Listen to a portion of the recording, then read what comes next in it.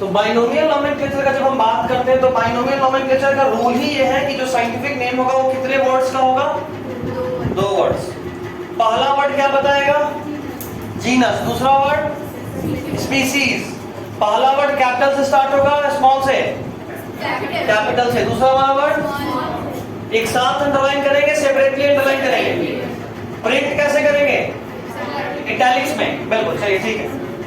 बहुत सारे एग्जांपल हम लोग लिए थे, एक बार बस पढ़ देते हैं। पी का आप सब लिख लिए होंगे? पी का साइंटिफिक नेम पाइसम सटाइवम। कुछ हम आपको टिक करा दे रहे हैं, वो इंपॉर्टेंट रहेगा, ठीक है? पी वाले को टिक कर लो, याद रखना। दूसरा फ्रॉग, फ्रॉग इज राना टिग्राना, ठीक है? ये भी इंपॉर्टेंट है। टाइगर, लायन भी इंपॉर्टेंट है। पैंथरा टिग्रिस और पैंथरा लियो। लियोपार्ड आप छोड़ सकते हो। अनियन इंपॉर्टेंट है। एलियम सेपा, ठीक है? बगल वाली फोटो में देखो सबका। एलियम सेपा, ठीक है? गोरिल्ला, ये बड़ा सिंपल है, सबसे आसान। वो याद है? हाँ सर, गोरिल्ला का याद है। गोरिल्ला गोरिल्ला गोरिल्ला, है ना? 3 वर्ड।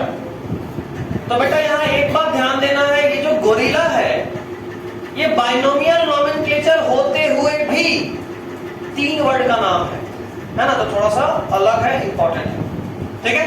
अगला रैट, सेम है, इंपॉर्टेंट नहीं है। अगला पोटैटो, इंपॉर्टेंट है। सोलैनम ट्यूबरोसम, ठीक है? Solanum tuberosum. उसी तरह मैंगो का बताया था, क्या था? मैग्निफेरा इंडिका, ठीक है? ह्यूमन, होमो सैपियन। देखो क्या लिखे हो आप, ह्यूमन का क्या लिखे हो? इसमें भी 3 नाम। तो देखो हम लोग जब ह्यूमन का बात करते हैं ना तो homo sapien, homo is genus, sapien is species. एक और सैपियन सब स्पीसीज है। स्पीसीज के अंदर का भी वैरायटी, मैंने आपको बताया था ना कि इंसान भी बहुत तरह के हो गए। ऑस्ट्रेलियन अलग दिखते हैं, चाइनीज अलग दिखते हैं, इंडियंस अलग दिखते हैं, अमेरिकन अलग दिखते हैं, अफ्रीकन अलग दिखते हैं।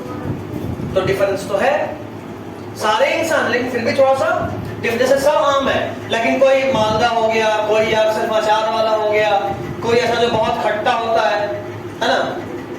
तो टाइप तो है ना उसी तरह से। ह्यूमन इंपॉर्टेंट है।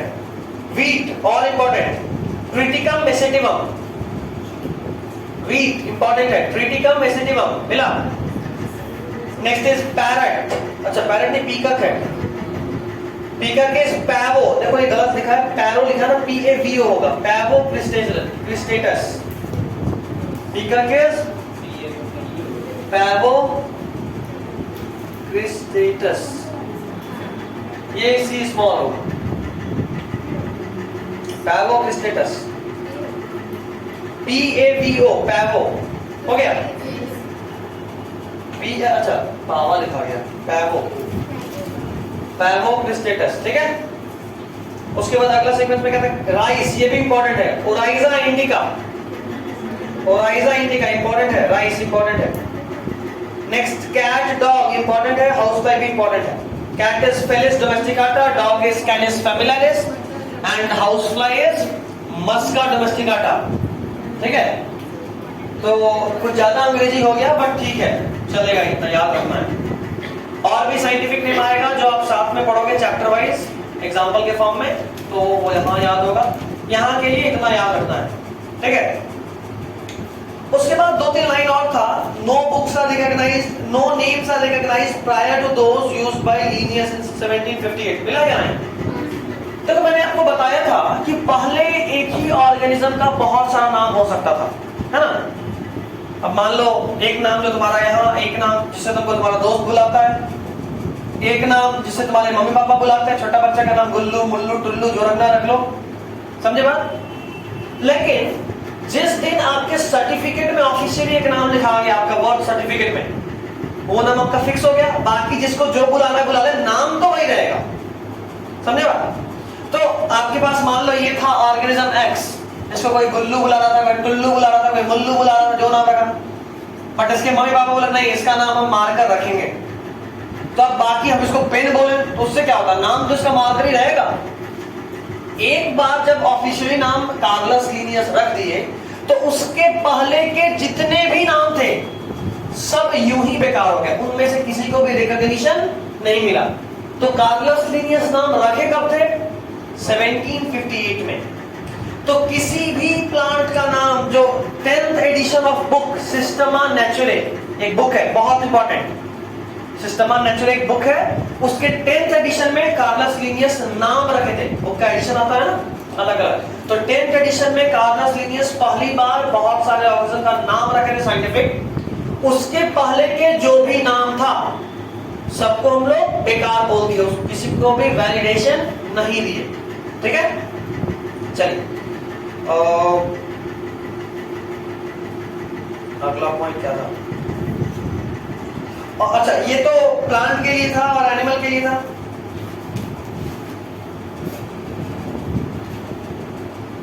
$4,326, ये डाटा याद रखना, ऐसे भूल भी जाओगे चलेगा, पहले इंपॉर्टेंट था अब नहीं। मतलब लास्ट ईयर तक तो हम बताए हैं, मे बी आपको किसी साइड बुक में या किसी कोचिंग के पैकेट में मिल गया है, बट नीट में नहीं मिलेगा ये question.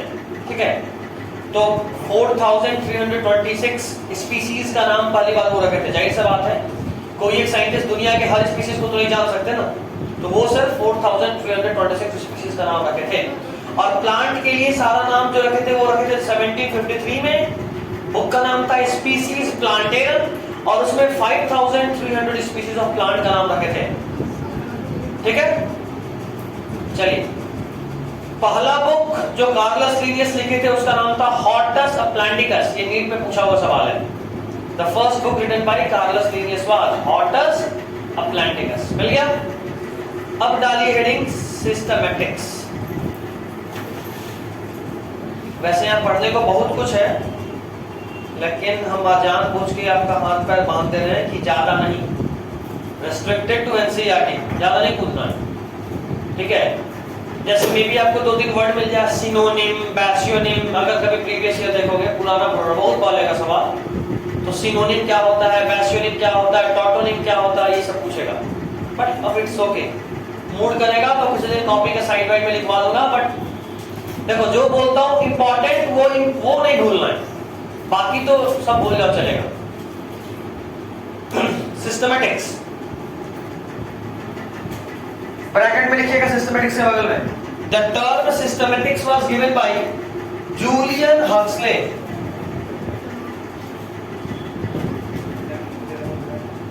The term systematics was given by Julian Huxley. The term systematics was given by Julian Huxley. ठीक है, सॉरी सिस्टमैटिक्स नहीं, नियो सिस्टमैटिक्स करना। एक और टर्म होता है, उसके आगे बस नियो जोड़ दो, अलग अलग जोड़ना, अलग से, मतलब ऐसे अलग वर्ड है ये, नियो सिस्टमैटिक्स। एक्चुअली में सिस्टमैटिक्स पहली बार कार्लस लिनियस दिए थे। कौन दिए थे? Carolus Linnaeus. तो सिस्टमैटिक्स अब नहीं चल रहा, अब जो चल रहा है वो न्यू सिस्टमैटिक्स चल रहा है।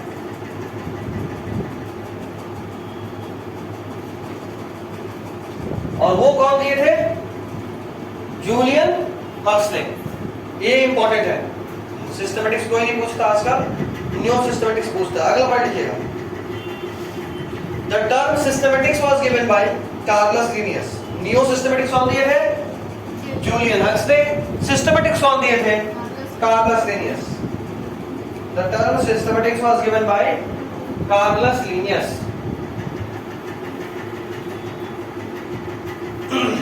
हो गया। अब सिस्टमैटिक्स होता क्या?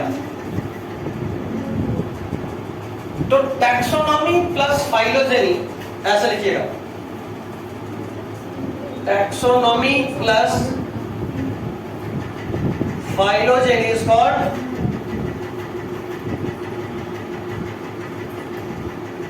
Taxonomy plus phylogeny is called systematics. सुनना जरा ध्यान से, सुनना फिर लिखना। सुनो, टैक्सोनॉमी क्या था? एक्चुअली आप किसी एनिमल को ग्रुप में क्लासिफाई करते हो, उसका नाम वाम देते हो, ये सब क्या है? टैक्सोनॉमी। लास्ट क्लास में पढ़ाया था ना। फाइलोजेनी क्या है? Phylogeny means evolutionary history. अभी बस देखो, evolutionary history of an organism, किसी भी ऑर्गेनिज्म का इवोल्यूशनरी हिस्ट्री को हम लोग क्या बोलते हैं? फाइलोजेनी। किसी ऑर्गेनिज्म के इवोल्यूशनरी हिस्ट्री को क्या बोलते हैं? फाइलोजेनी। यानी जैसे हम लोग आज ह्यूमन है, बट कभी बंदर थे, बंदर से धीरे धीरे धीरे धीरे डेवलप हो गए ह्यूमन बने, तो हम पहले बंदर थे, ये हमारा इवोल्यूशनरी हिस्ट्री है। समझे बात? तो अच्छा, एक थ्योरी है, मैं आपको बता रहा हूं, वैसे तो आगे पढ़ना है 11th 12th में, बट मैं थ्योरी में आपको बता रहा हूं, उसका नाम था रिकैप्चुलेशन थ्योरी। 12th में पढ़ना है, इवोल्यूशन चैप्टर में। नाम क्या है? रिकैप्चुलेशन थ्योरी। ये जो थ्योरी है, ये थ्योरी बोलता है कि कोई भी ऑर्गेनिज्म जब डेवलप होता है ना अपने मां के पेट में, तो वो अपना पूरा इवोल्यूशनरी हिस्ट्री को रिपीट करता है। अब इसका क्या मतलब? सोचो जरा, इस दुनिया में, इस अर्थ में जब लाइफ आया होगा तो कैसा आया? सीधा इंसान आ गया था? सीधा बंदर कुत्ता बिल्ली आ गया था? नहीं, सबसे पहले कोई एक सेल आया होगा। हमारे लाइफ का शुरुआत कैसे होता है? सिंगल सेल जाइगोट से होता है। पहले एक जाइगोट बना, उसके बाद वो जाइगोट डिवाइड करता है और मल्टी सेलुलरिटी आता है, एक सेल से अधिक सेल बनता है। उसके बाद वो और डेवलप करता है। पहले इनवर्टिब्रेट की तरह होता है, फिर धीरे धीरे वर्टिब्रेट की तरह होता है। कभी अगर ऑपरेशन वाला कभी डिलीवरी सीन किसी मूवी में देखे हो तो देखे होंगे कि जब बच्चा बाहर आता है तो किसी मेम्ब्रेन से कवर्ड होता है, बहुत सारा पानी, फ्लूइड एक बैग में होता है, उसको फाड़ते तो पानी बाहर निकलता है, बच्चा अलग होता है। कभी देखे नहीं देखे? या दिखा दो, बोलो। वीडियो देखे? मैं दिखा दे रहा हूँ image. Embryonic sac in mammals.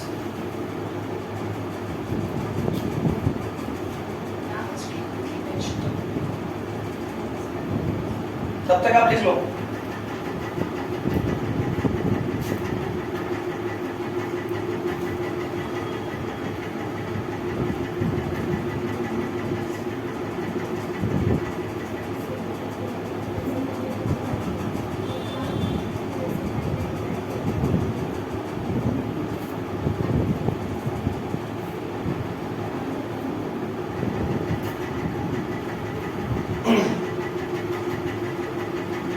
जरा बच्चा लोग देखो, सबको दिख रहा है? ये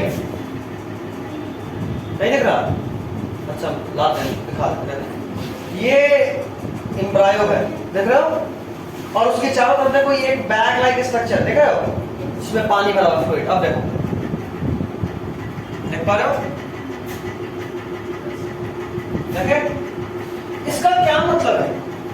इसका मतलब ये है कि हम कभी मछली की तरह थे, सीधा इंसान नहीं बन गए।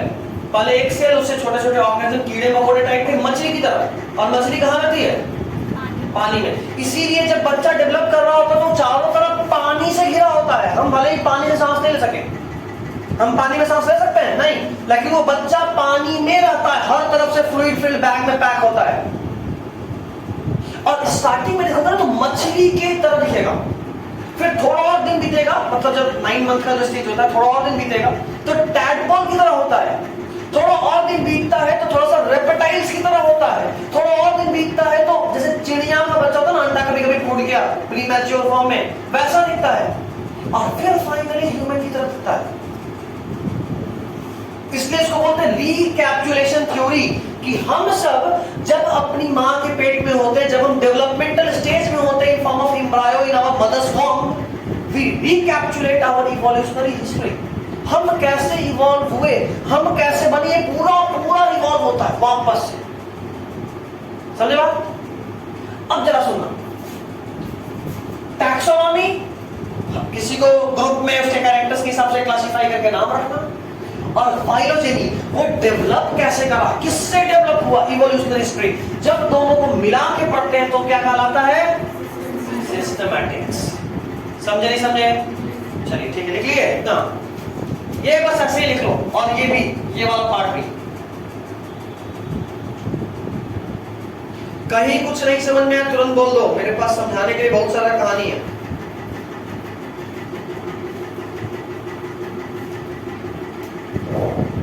हो गया? नेक्स्ट पॉइंट लिखिए, मॉडर्न टैक्सोनॉमिक स्टडीज, हो गया तुम्हारा, छूट गया? Modern taxonomic studies are based on internal and external structure. Modern taxonomic studies are based on internal and external structure. Are based on internal and external structure. Are based on internal and external structure, along with the cell structure development.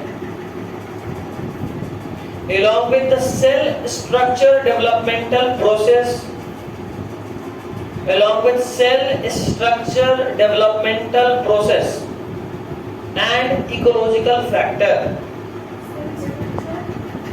Cell structure developmental process and ecological factor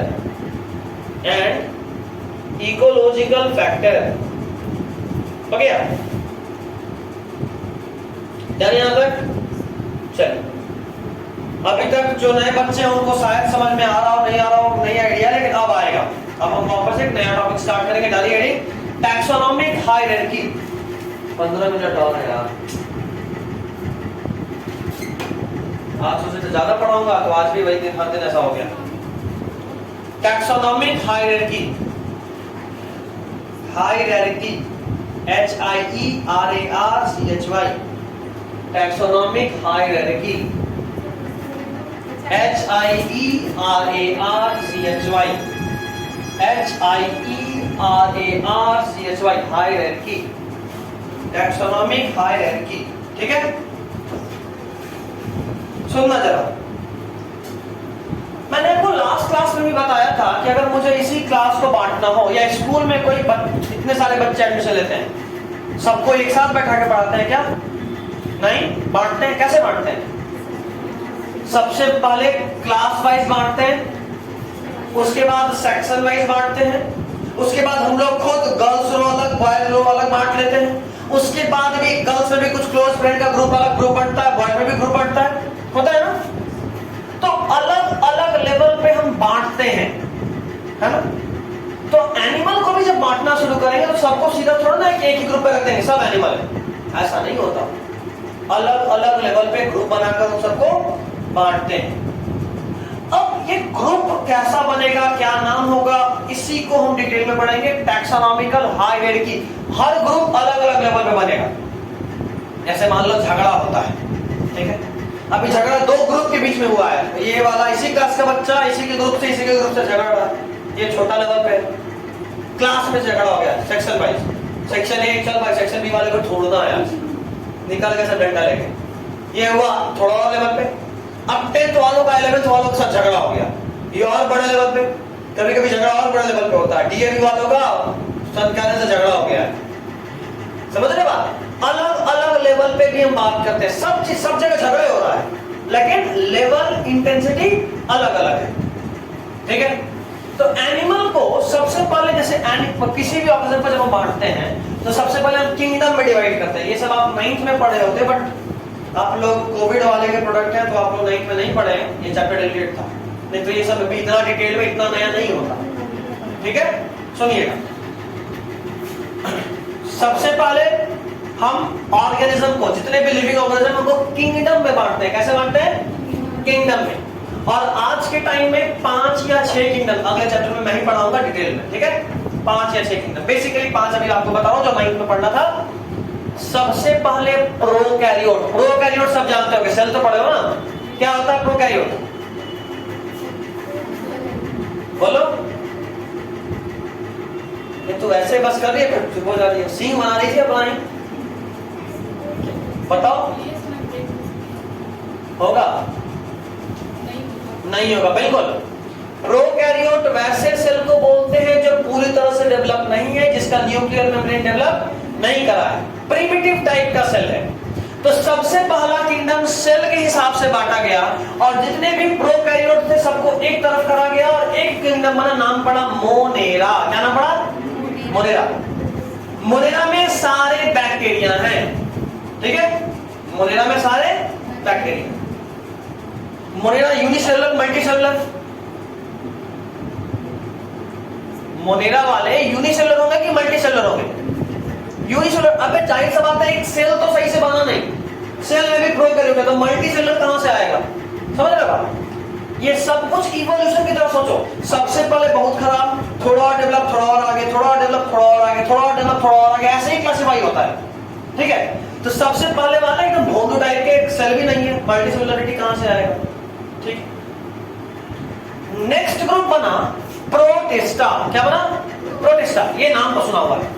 protista में वो सारे organism आएंगे जो multicellular नहीं है, लेकिन एक eukaryotic cell है, यानी सेल डेवलप करके न्यूक्लियर मेम्ब्रेन बना लिया है, डबल मेम्ब्रेन सेल ऑर्गेनेल आ गए, माइटोकॉन्ड्रिया, क्लोरोप्लास्ट, ये सब आ गया, लेकिन अभी तक मल्टीसेलुलर नहीं हो पाया। यानी सोचो, जब सबसे पहले लाइफ आया होगा वो मोनेरा की तरह होगा, थोड़ा और डेवलप करा तो बना प्रोटिस्टा की तरह। अब उसमें मल्टीसेलुलरिटी डेवलप होगा, अब एक से अधिक सेल आपस में जुड़ेंगे और थोड़ा बड़ा ऑर्गेनिज्म बनाएगा। तो जब थोड़ा थोड़ा जुड़ना शुरू हुआ तो बना फंगस। मल्टीसेलुलर तो हो गया, लेकिन अभी तक क्लोरोप्लास्ट डेवलप नहीं करा है, यानी वो अभी तक हेट्रोट्रॉप है, ऑटोट्रॉपिक नहीं। प्लांट बनेगा तभी ऑटोट्रॉपिक होगा, वो सब हेट्रोट्रॉप है। मल्टीसेलुलर हो गए, प्रोकैरियोट से यूकैरियोट भी हो गए, लेकिन अभी तक ऑटोट्रॉपिक नहीं हुए हैं, समझे? अब उसी फंगस लाइक सेल में कोई एक सेल में गलती से क्लोरोप्लास्ट आ गया, और क्लोरोप्लास्ट आने की वजह से वो सनलाइट को यूज करके फूड बनाने लगा, यानी प्लांट जैसा हो गया। और अगर वो प्लांट जैसा हो गया तो किस ग्रुप में आ गया? Kingdom Plantae. सबसे पहले मोनेरा, फिर किंगडम प्रोटिस्टा, फिर किंगडम फंगस या फंजाई, चौथा किंगडम प्लांटी। अब कुछ प्लांट एनिमल की तरह बिहेव करने लगा। बोलो सर, प्लांट एनिमल कैसे हो सकता? हाइड्रा को देखो, हाइड्रा इज एन एनिमल, लगता है प्लांट है। हाइड्रा इज अ एनिमल, तो है तो प्लांट की तरह ना, मतलब साफ साफ दिख रहा है ये ऐसा प्लांट जो एनिमल है। समझे बात? ठीक है, तो हाइड्रा प्लांट से एनिमल बना। हाइड्रा से पहले और आता है स्पॉन्ज, ये सब आया किंगडम एनिमेलिया में। तो ये पहला ब्रॉडर लेवल का क्लासिफिकेशन था। सोचो, एक हाइड्रा जो एनिमल लगता भी नहीं, वो भी एनिमल है, और एक हम जो एनिमल है, बीच में कीड़ा मकोड़ा, और पहले चलो तो थोड़ा और बेसिक टाइप का, जैसे प्लैनेरिया, ये सब एनिमल है। तो क्या सब एक तरह का है? नहीं। तो ब्रॉडली बांटे तो एनिमल बन गया। हम अभी तक सिर्फ स्कूल बांट दिए कि ये संत कैरेंस, ये राड, ये भी, लेकिन सबका सब बच्चा उस स्कूल में एक तरह का थोड़ा ना होगा, अलग अलग क्लास में होगा, अलग अलग सेक्शन में होगा, अलग अलग ग्रुप में होगा। समझ रहे हो बात? सबसे ब्रॉडर क्लासिफिकेशन होता है किंगडम लेवल पे। अब किंगडम बांट दिए, उसके बाद और बांटते तो फिर फाइलम बांटते हैं, और बांटते तो फिर क्लास बांटते हैं, और बांटते तो फिर ऑर्डर बांटते हैं, ऐसे करके हम अभी आपको सारा कुछ बताएंगे, टाइम अलाउ कर रहा है। लिखिए,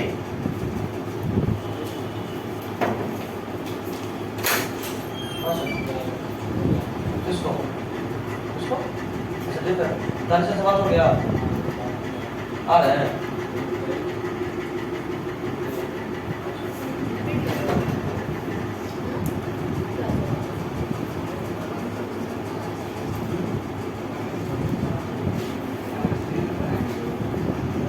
कर दिए, ये समझदार लोग। कहाँ गए थे बच्चे लोग? अच्छा, लिखवा रहा था।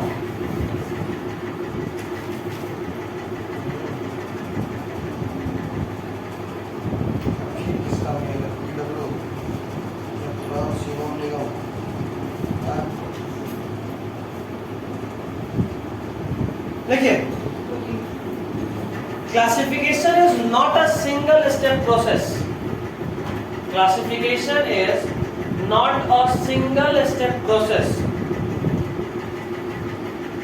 Classification is not a single step process. It is a full stop लेकर लिखिएगा. It is a multi-step process. It is a multi-step process. It is a multi-step process in which each step represents each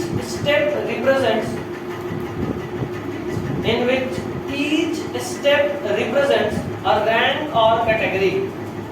In which each step represents a rank or category. In which each step represents a rank or category. वापस बोल दो, ठीक है? In which each step represents a rank or category. जैसा मैंने भी आपको बताया, जब आप स्कूल लेवल पे बात कर रहे हो, क्लास लेवल पे बात कर रहे हो, सेक्शन लेवल पे बात कर रहे हो, सब अलग अलग लेवल का बात है, अलग अलग रैंक का बात है। स्कूल बहुत बड़े लेवल पे बात हो गया, क्लास थोड़ा छोटे लेवल पे बात हुआ, सेक्शन और छोटे लेवल पे बात हुआ, ग्रुप ठीक है, उसमें तो मैनेज हो जाता है। एक तब अरे भाई तू एक करो दे मैनेज करता है ना। अब स्कूल लेवल पे हो गया तब तो मानते सर है, अब तो मारिए के छोड़े क्या जो एग्जैक्टली बात समझ लो कहने का मतलब अलग अलग है। Next point, the scientific name to this rank और category, the scientific name to this rank or category, the scientific name to this rank or category, the scientific name to this rank or category is called taxa. इन सालों को क्या बोलते हैं हम? Taxa. Taxa को underline करके कैसे लिख लो? the heading under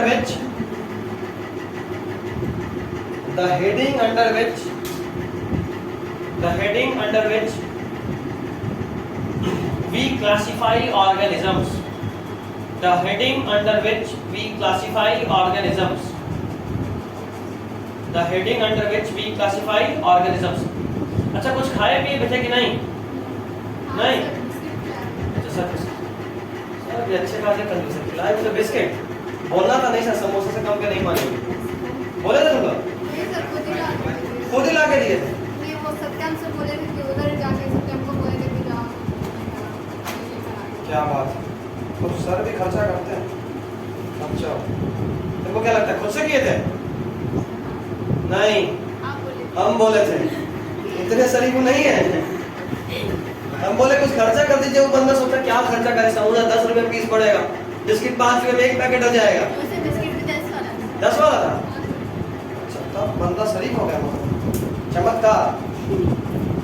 चलिए कोई टैक्सा को क्या लिखे? Heading under which we classify organisms. ठीक है, यहाँ तक बच्चा को कुछ समझने में दिक्कत हो तो बोल दो, कोई दिक्कत किसी को कुछ भी, इधर उधर कोई दिक्कत बच्चा है तो बोल दो। नहीं कहाँ है तुम्हारा? कहाँ? चुनौती और किस स्कूल से हो? फ्लोरिडा। फ्लोरिडा तुम लोग का स्कूल है ना? चलो ठीक। हाँ वापस बोलो। हायरार्की ये समझ में नहीं आया।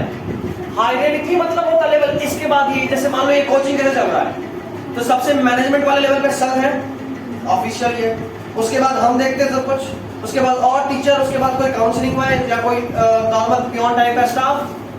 ये हुआ हायरार्की, एक लेवल वाइज लेवल। ठीक है, नेक्स्ट पॉइंट लिखिएगा, लिखोगे ना भाई, मतलब जान मान तो नहीं निकल गया है। चिल्लाए तो हमें तो जान तुम्हारा नहीं निकलना चाहिए, जाहिर सा बात। लिखिएगा, there are 7 obligate categories, there are 7 obligate categories, there are 7 obligate categories and many intermediate categories, there are 7 obligate categories and many intermediate categories, there are 7 obligate category and many intermediate category। ठीक है, अब एक सवाल उठता है भाई साहब, ये obligate क्या है, intermediate क्या है ना, तो डालिए अगला heading, obligate category।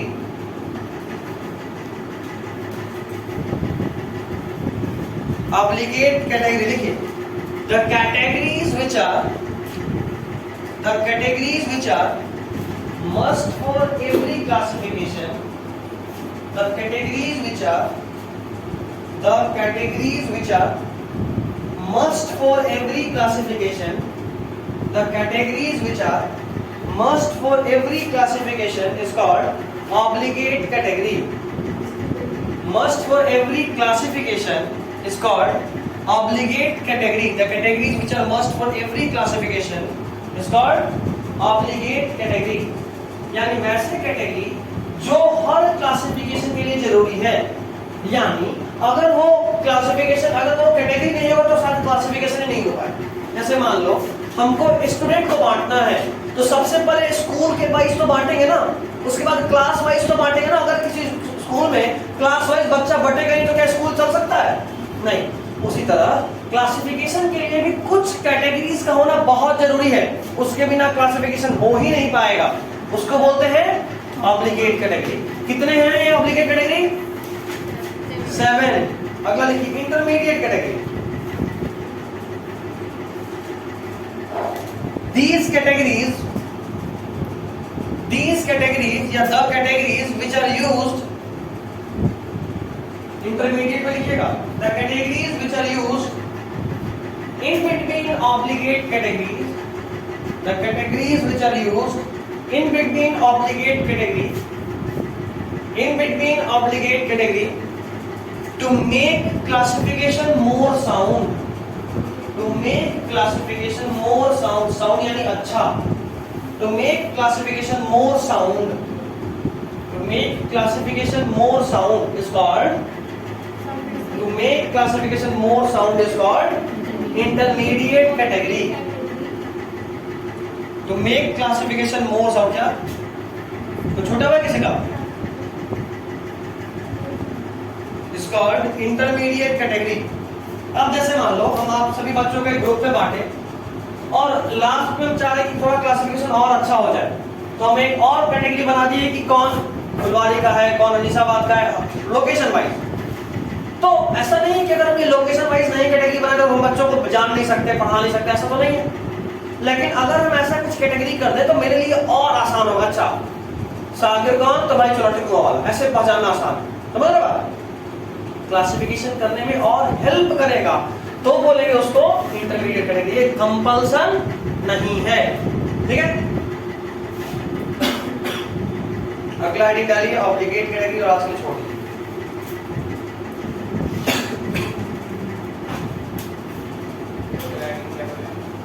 Obligate category detail में पढ़ेंगे सारे ऑब्लिगेट कैटेगरी को। अगला heading obligate category, intermediate category उतना नहीं पढ़ना है, तो हम ऑब्लिगेट कैटेगरी पढ़ेंगे, ठीक है। ठीक है, फिर नेक्स्ट वीक में ये चैप्टर खत्म हो जाएगा, ठीक है।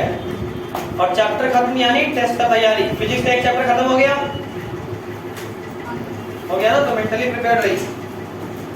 चलिए, this is all for today.